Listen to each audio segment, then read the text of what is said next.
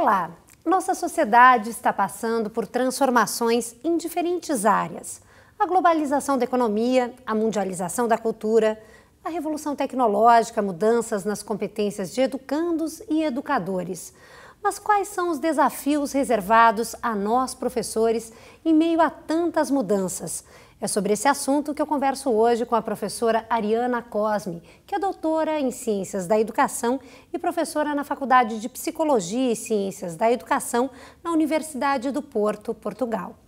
Olá, professora, muito obrigada por essa entrevista. Muito obrigada pelo convite. Professora, o que mudou na essência da educação nos últimos tempos, na contemporaneidade? Devia ter mudado muito mais do que mudou.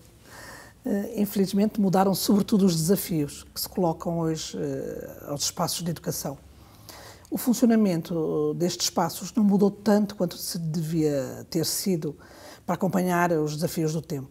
Os desafios exigem dos espaços educativos hoje uma formação mais integral, mais larga, mais abrangente, muito mais desafiante face aos tais desafios que referiu, que são os movimentos que o mundo contemporâneo precisa.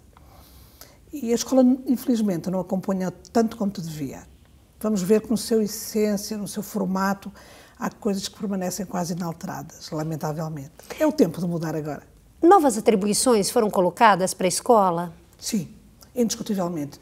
Essa foi, se calhar, a grande mudança, foi a expectativa criada sobre a escola, que é hoje ainda maior do que há um século atrás ou dois.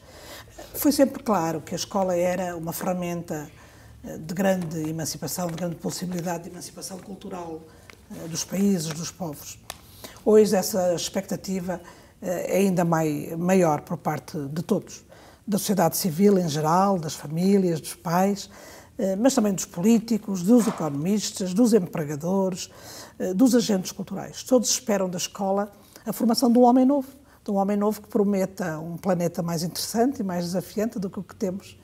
Sim, as expectativas sobre a escola hoje são mais pesadas sobre a própria escola, o que exigem da escola uma mudança mais concreta. E quais são, diante de tudo isso, realmente as finalidades da escola, professora? Não pensamos todos da mesma maneira, mesmo entre os investigadores, entre os professores, entre os pais, entre o público em geral, há expectativas e olhares bem diferenciados sobre o que é a missão da escola. Alguns entendem que a missão da escola não vai mais longe do que ser um espaço de treinamento instrutivo para o domínio de algumas tecnologias, de alguns modos de vida, de algumas ferramentas para a vida. Outros, pelo contrário, esperam da escola e dos espaços de educação um espaço mais amplo na formação, mais desafiante. Para além dessas ferramentas cognitivas, culturais, se forma também um ser humano mais ético, mais plural, mais artístico, mais estético, né? Mais ambiental, mais ecológico. E, portanto, estamos longe de estar aqui num espaço consensual. Não é consensual para que serve a escola. Eu gosto de pensar que a escola é sobretudo um espaço de educar, que inclui, evidentemente, a dimensão instrutiva, a dimensão, enfim, da formação escolar, mas que não se fica pela formação escolar, que abre o mundo para as questões culturais. Então, a gente pode dizer aí que a escola se firma pelos compromissos sociais que ela assume? Sim, devia fazer isso mesmo. Eu penso que a escola cumpre bem os seus compromissos sociais quando ela consegue garantir que todas as crianças que a frequentam aprendem o mais e o melhor que podem. Uma escola que responde aos desafios sociais é uma escola forte, do ponto de vista da oportunidade educativa e formativa que garante às crianças e aos jovens que estão dentro dela. Infelizmente, há agentes educativos, há professores, políticos, pais, que pensam que o campo social da escola se cumpre quando a escola acolhe, protege e guarda. Eu penso que esse é um projeto assistencialista, pobre, pouco desafiante, enfim, pouco ambicioso, para que esta possibilidade de construir um futuro melhor. Em meu entender, a escola cumpre bem os seus desafios sociais quando, de verdade, consegue que os seus alunos aprendam bem. É condição para passar na escola aproveitar esta oportunidade fantástica. Uma oportunidade de estar com professores tão diversos, com matérias tão diversificadas, com conteúdos que de outra forma não entrariam nas nossas vidas, a não ser pela oferta escolar.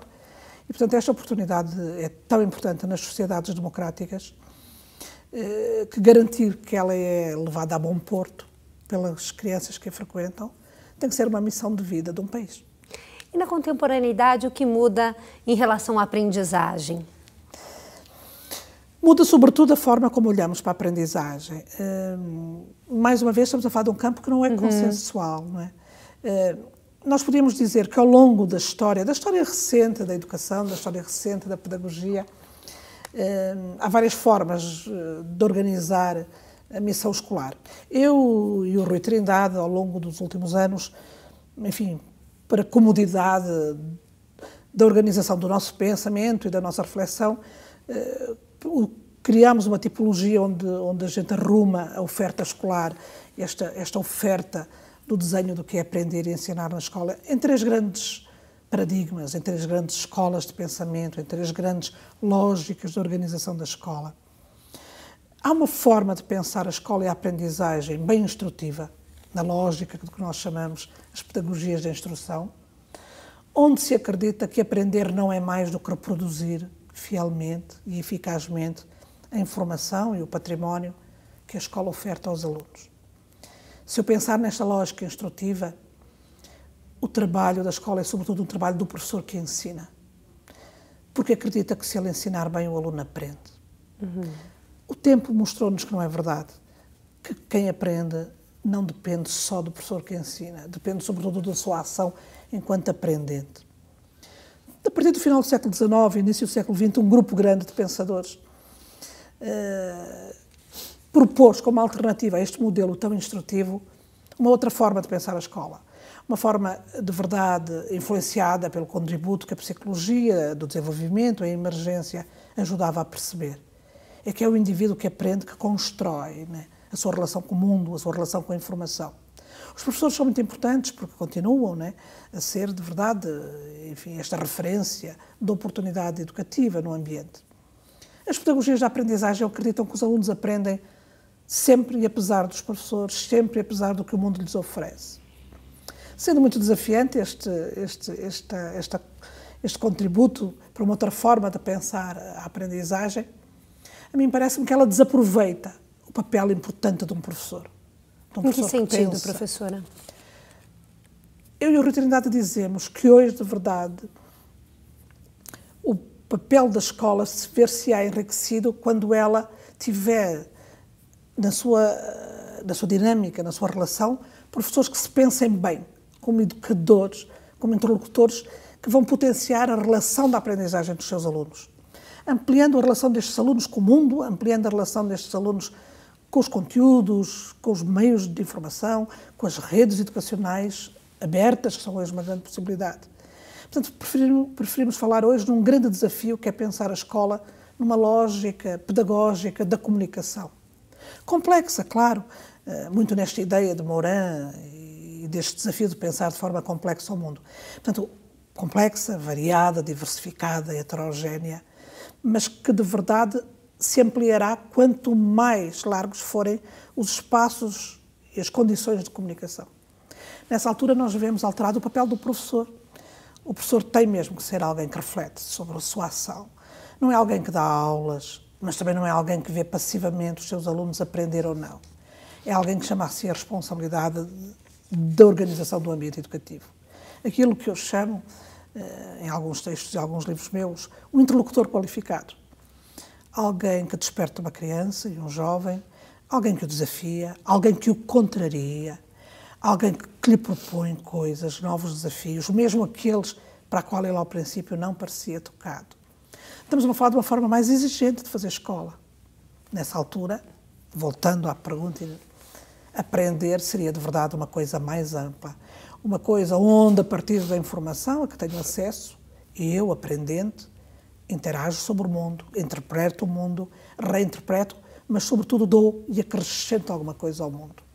Este é o grande desafio hoje da escola, né? Fazer dos meninos que estudam lá coautores do seu processo de aprendizagem. Numa relação, que é hoje uma relação fantástica, né? O século XXI traz hoje uma oportunidade tão larga, né, de informação aos meninos. Então a aprendizagem é mais colaborativa? Tem mesmo que ser. Esse é o grande desafio da escola, é ser fonte de colaboração entre os alunos. Ao contrário deste mundo tão competitivo, né, que quase desafia cada um a ficar dentro de si com coisas guardadas do que sabe. De verdade, o desafio ao contrário, é a colaboração, é esta partilha ampla do que eu sei, fazendo o que o outro sabe aumentar o que eu sei. Portanto, esta relação profundamente colaborativa entre alunos e alunos, entre a escola e a comunidade. O tempo é este, é o da colaboração. Numa escola que não vê a comunidade de forma desqualificada, só porque não é escolarizada. Ela sabe coisas, não andou na escola, esta comunidade. A nossa história, a do meu país e a do vosso, traz este desafio hoje de ter meninos na escola que não tiveram os seus pais na escola. Mas não é uma comunidade desqualificada, não é uma comunidade que não sabe coisas, sabe outras coisas. Portanto, o desafio é também este, de colaborar com a comunidade, de colaborar com os pais, de colaborar com os agentes de transformação, com os agentes de regulação, com a equipa das secretarias de educação, com as equipas de investigadores das universidades e entre os professores. Estamos a falar sobretudo de alargar a rede de colaboração aos profissionais que pensam a educação. O desafio é esse, é o da rede colaborativa. E nesse sentido, porque os professores então devem se afirmar e firmar como professores reflexivos? O paradigma da instrução, aquela velha forma, velha, mas infelizmente atual forma de pensar a escola, parecia só precisar de professores capazes de dominar a informação. Eles não precisavam de pensar muito, porque alguém no Ministério pensaria por eles. Era uma forma restrita de pensar um professor como um aplicador do currículo, um professor como alguém que domina de uma forma segura, porque se exigiu sempre que fosse de forma segura o domínio científico do conhecimento. Mas não se pensava em si como um autor da gestão da sua classe, um autor desta gestão, desta escolha que faz na sua classe com os seus alunos. Por isso esta dimensão reflexiva do professor, o professor que se pensa como um agente de cultura, a partir da sua disciplina, que é a física, que é a química, que é a música, que é o jornalismo, que é a educação físico-motora. É a sua disciplina como uma oportunidade para ampliar o modo de vida deste aluno. E isso só se faz com alguém que pensa bem a sua prática profissional e que se responsabiliza pelas suas escolhas. É alguém que pensa de forma refletida sobre o trabalho. Professora, então, muito obrigada por essa entrevista. Muito obrigado, eu agradeço. Nós esperamos que essa entrevista tenha contribuído com a sua aprendizagem. Até a próxima!